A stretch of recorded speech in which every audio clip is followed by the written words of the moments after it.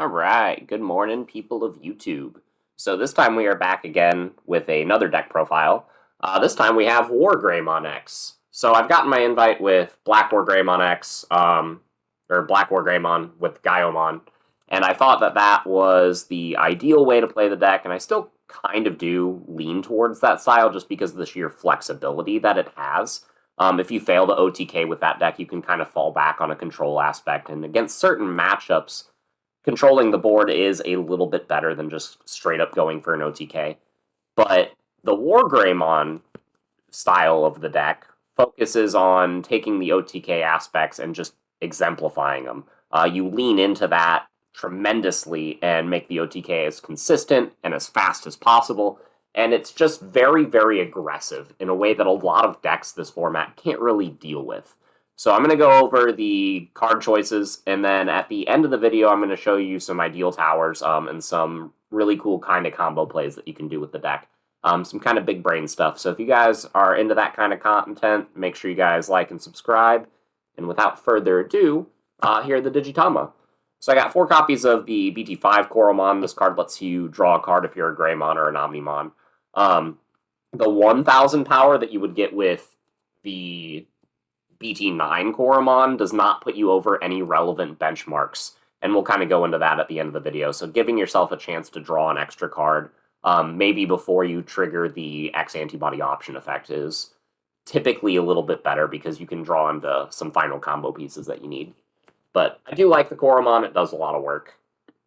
Next into the level 3s, I got 4 copies of the Agumon X, and the 4 copies of the Bt9 Agumon as your primary means of search.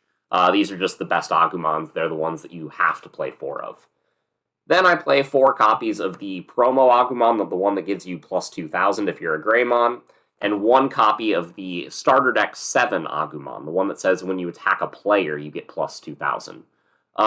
So, if you are a budget player, I'm going to give you a little bit of advice here. If you are investing into this deck and you're trying to spend money to get some of the pieces, buy this Agumon last, because this Agumon right here is most important for the Black Wargreymon version of the deck, so that you can, because this triggers whenever you swing over Digimon as well. But most of the time with this deck, you're just punching face. So the amount of value that you'll gain with this card over this starter deck 7 Agumon is less so in this deck than it would be in Black Wargrey. I still think this promo Agumon is the best power gainer Agumon that you have, but this Agumon can trigger with Omni. It's not once per turn, so if you unsuspend and reswing, then you get more power. But yeah, these are the 13 Agumons that I play. You need some power boosters, you need some search potential, and our Agumons accomplish exactly that. Next, we got 4 copies of Greymon X. Going into the level 4s, this is your primary protection piece. We have 4 copies of the starter deck 1 Greymon. This gives us an additional security attack. And this is it for the Greymons. I'm not playing the Bt9 Greymon because I don't need the extra 2000 power. In this deck, you only need a 2000 power buff and a 3000 power buff. And that will get your Wargrey X to like 17,000, which is enough to clear most security. So I don't need that Bt9 Greymon. I don't need the ST9 Koromon.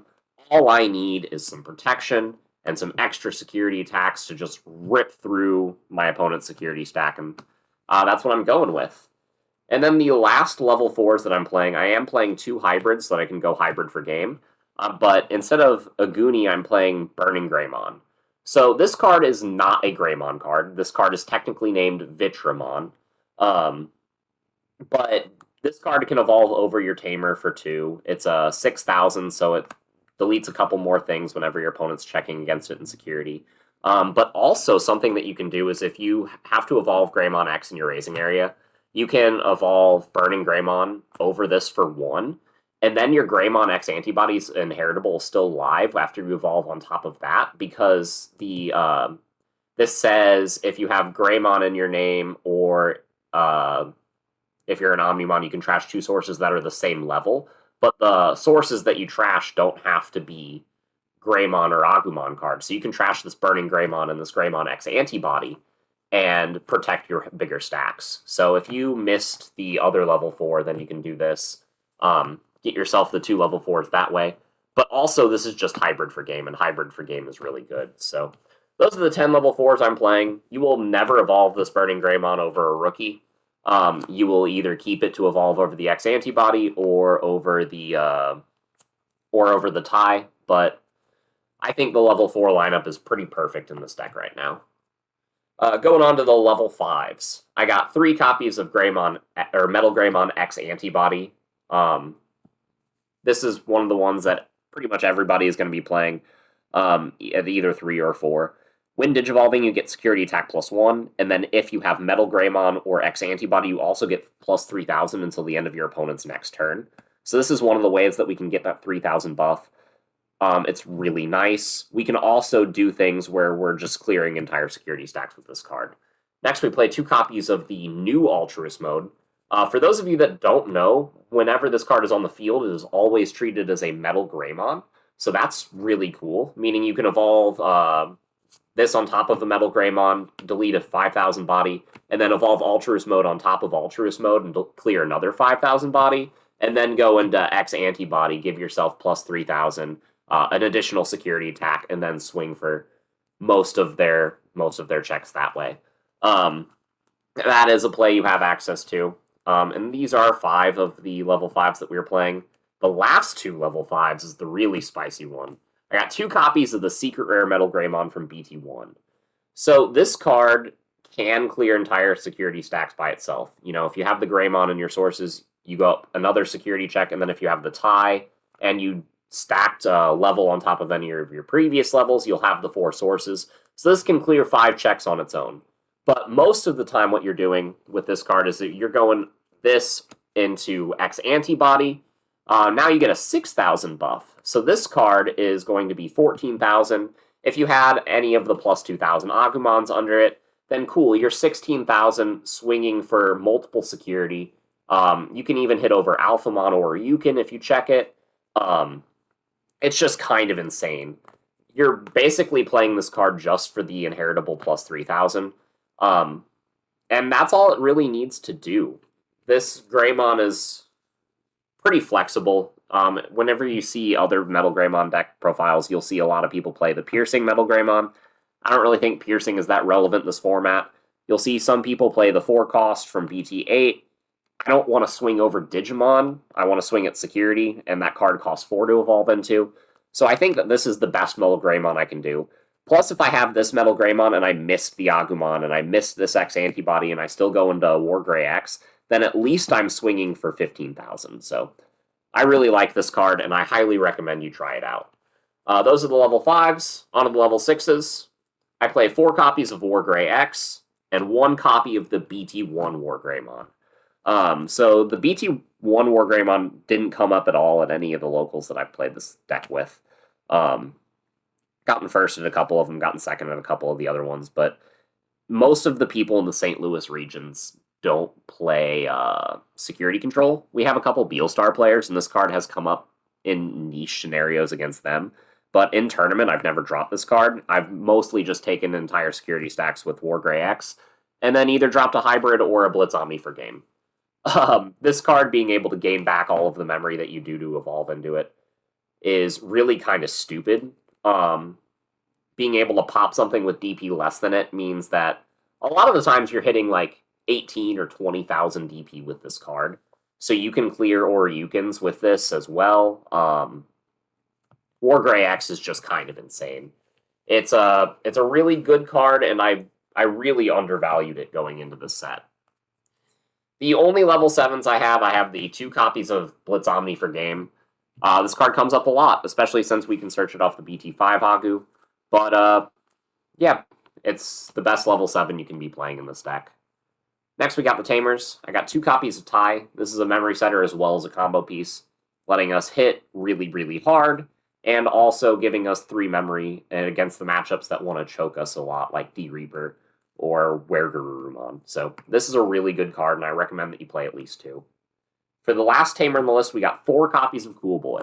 So I'm not playing any Nokia. because you want to keep your Agumons in your hand. You don't really want to just be dropping them all willy-nilly, and you're evolving in the raising area anyway, so Nokia doesn't really do you any good. But Cool Boy lets you search out all your combo pieces. It lets you, whenever you shove up, you can draw extra cards, gain extra memory. This card can act as a pseudo-memory boost in that regard. And since it also grabs the option card that we need for our combo, we are playing 4 copies of this, as opposed to more copies of Memory Boost. For that reason and that reason alone, I think 4 copies of Cool Boy is mandatory in this deck. So that's it for the Tamers. On the options, I got 2 copies of X Antibody. This is the least important combo piece in the deck, but it is still a combo piece. So we do want to see it. We can grab it off of Agumon X Antibody, and we can grab it off of Cool Boy, so therefore I felt comfortable only playing 2 copies of this card. But yeah, this is just a great card. It lets you evolve when you swing. It's a good security check. And I really like it too. Next, I play 2 copies of Red Memory Boost. One of these was cut in lieu for adding the 4th Cool Boy, and I haven't really looked back since I made that decision. Gaining 2 memory whenever you want to pop this card off is really nice. Seeing any of your Greymons as opposed to just the X Antibody ones is also really nice. Looking at 4 cards is also really nice, but there's been a lot of times that I've just bottom decked some things that I didn't want to bottom deck, like this option X Antibody. And you know, that's not a reason to not play this card, but I do think that Cool Boy is more important, but you still need some amount of this card. I think 2 is like the bare minimum. Next, we got our removal for the deck. We got 2 copies of Gaia Force 0. This is an amazing card. It lets you clear a body and also swing. There's just been some really stupid plays that I've been able to do with this card, and I'll kind of go over at least one of those momentarily since we're at the end of the deck profile. But the last card of the deck is a single copy of Gravity Crush. So this card acts as a memory boost that you don't have to set up preemptively. This card is really, really great at making sure that you can close out the game that turn. However, it's not really super necessary, so I'm only playing 1. But, you know, if you can catch your opponent off guard with this, you pretty much win the game then and there. Also, you can get into situations, you know, where you're paying a bunch of memory with Gaia Force 0. You paid some memory with this, and then, you know, you get into the MetalGarurumon, you're swinging, and you're giving your opponent back more than 10 memory, so they're just kind of cap out at 10. And since you're borrowing it, it will work that way, so that's kind of fun. But I don't recommend just giving your opponent 10 memory, but that is a play that you can do if you want to just clear all of your opponent's security, you know, if you have a body in the back, something like that. But most of the time, what you'll be able to do with this is you'll be able to swing Wargreymon, get all the memory back that you used to evolve into, and then activate this, get your 2 memory, and then hybrid for game, which has come up quite a bit. So yeah, that's it for the deck profile. I will give you guys a couple combos, so stay tuned. Alright, so we got some cards on the table here. This is going to be the stack that you're working with most of the time. You'll typically have a Koromon, any kind of Agumon. Doesn't really matter, but preferably something that's giving you plus 2,000. You're going to have this Greymon, ideally. If you can't get this, doesn't matter. You're hitting for 4 security instead of 5. You can get a little check with an Agumon after that, or go into Blitz Omni and clear the rest. But let's say you do this ideally, right? And you get something like this set up with a tie. So you have your X Antibody option, and you can shove this up from your breeding area. You can kind of go into your Metal Gray X, or your regular Metal Gray here, get your plus 3,000. You have this X Antibody. So you're going to do that. Now, tie counts sources, so this X Antibody will also count towards the number of sources for tie, which is really nice. So if you swing with this card alone, right, you're clearing 5 checks, 1 from the Greymon, plus 2 here, plus 1 here. If you swing with this, you can activate X Antibody and then evolve into this Wargray. You will lose the 2 security attacks from the Metal Greymon, but you won't lose 5 memory whenever you swing with this way, which is pretty cool. You can also do something like you can do this into the MetalGarurumon X. If you have this specific specific stack right here. You're getting plus 3,000 from your own effect, going up to 11. This puts you to 14. This puts you to 16. You're drawing a card. You get security attack plus 1, security attack plus 1, security attack plus 1. So you're hitting 4 security. You're drawing a card at 16,000, and you have protection. That's kind of dumb. But let's say you swing with this, and I've done this a couple times. You swing with this, and you draw into your Wargreymon X off of the Koromon. Well, then you can trigger the X Antibody, go into this card. Now you are a 20,000, and you are making it so that you are clearing all of their security, and you are getting all of that memory back. You can use that memory to go into Blitz Omni for game, or you can use that memory to activate like Gravity Crush, and then go Burning Greymon down here and swing. So this is kind of what I'm talking about. Like, if you miss this Greymon right here, if you put this Burning Greymon this way in your sources, yeah, you have 1 less security attack, but you also have 1 more layer of protection, because you can ditch these level 5s and then ditch these level 4s right here. You can also do something where, you take this Metal Greymon and you turn it into this Metal Greymon Altruist mode. You pop a body, you give yourself another layer of protection, you give yourself plus 3. You can go into this, give yourself more power, and then finally swing and then go into the Wargreymon X and then clear out their entire security stack. So this is basically what this deck wants to do.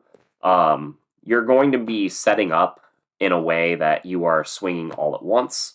And, if you see yourself playing against security control, my recommendation is to sit on this card in the breeding area and then pull it out, or have this Metal Greymon set up in the breeding area with a tie.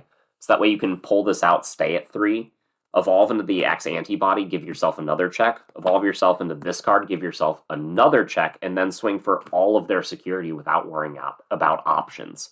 That is the best course of action to play against Beelstar or security control. But this deck has a lot of things it can do. If you have other combos that you really like doing, I guess one more before you guys go. With Gaia Force 0, you can do something like this, where you have this big Metal Greymon set up. You have your 5 security checks this way. You activate Gaia Force 0, put them to 6 because you have the X Antibody in your sources. Let's say you didn't have that. Let's say you put them to a solid 8. Lets you swing with this. You're going to lose 5. They can't go to 13, so they're just going to cap out at 10. But then you've taken all of their security. There's also a play. Let's say they have a blocker plus an Alphamon or a Yukin. You can do something like this, where you give yourself the security attack plus 4 off of this X Antibody. You can activate Gaia Force 0, pop their blocker, and then allow yourself to swing with X Antibody. You swing with this, you trigger your win attacking effect off of the X Antibody option card. So even if you put them to 6 off of this, you still have 4 memory to pay off of this, so you can put them to 10.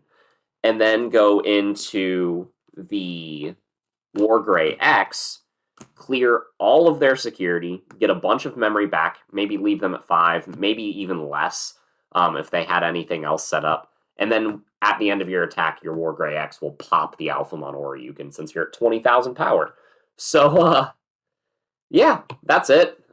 This deck has a lot of lines of play that it can do. All of them end in your opponent getting punched in the dick really hard. So I hope you guys enjoyed. That's all I have to say. You've listened to me talk long enough. Make sure you guys like and subscribe, and we will see you guys next time.